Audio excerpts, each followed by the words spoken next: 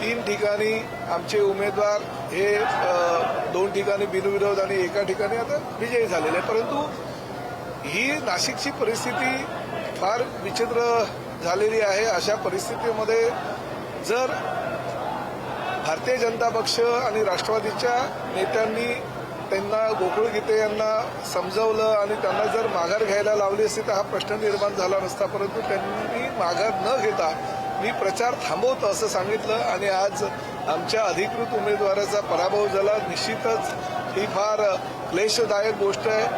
गोकुळ गीते जोपर्यंत आमदार होत नाही तोपर्यंत पायामध्ये चप्पल घालणार नाही अशा स्वरूपाची ज्यांनी एकूणच भूमिका घेतलेली होती ते बरके माझ्यासोबत आहे. काय नेमकं तुमचा पण होता, काय तुम्ही पायात चप्पल घातलेली नाही, हातात पेढी घेऊन आलेला आहात? 31 तारखेला भाऊनी फॉर्म भरला तेव्हापासून तुम्ही सगळे साक्षीदार आहात. काय घडामोडी घडल्या, किती प्रकारचा दबाव आला, किती प्रकारच्या अडचणी आल्या. जेव्हा तुम्हाला न्याय भेटत नाही तर हा न्याय देवाच्या दारात भेटला जातो अशी आमची भावना आहे.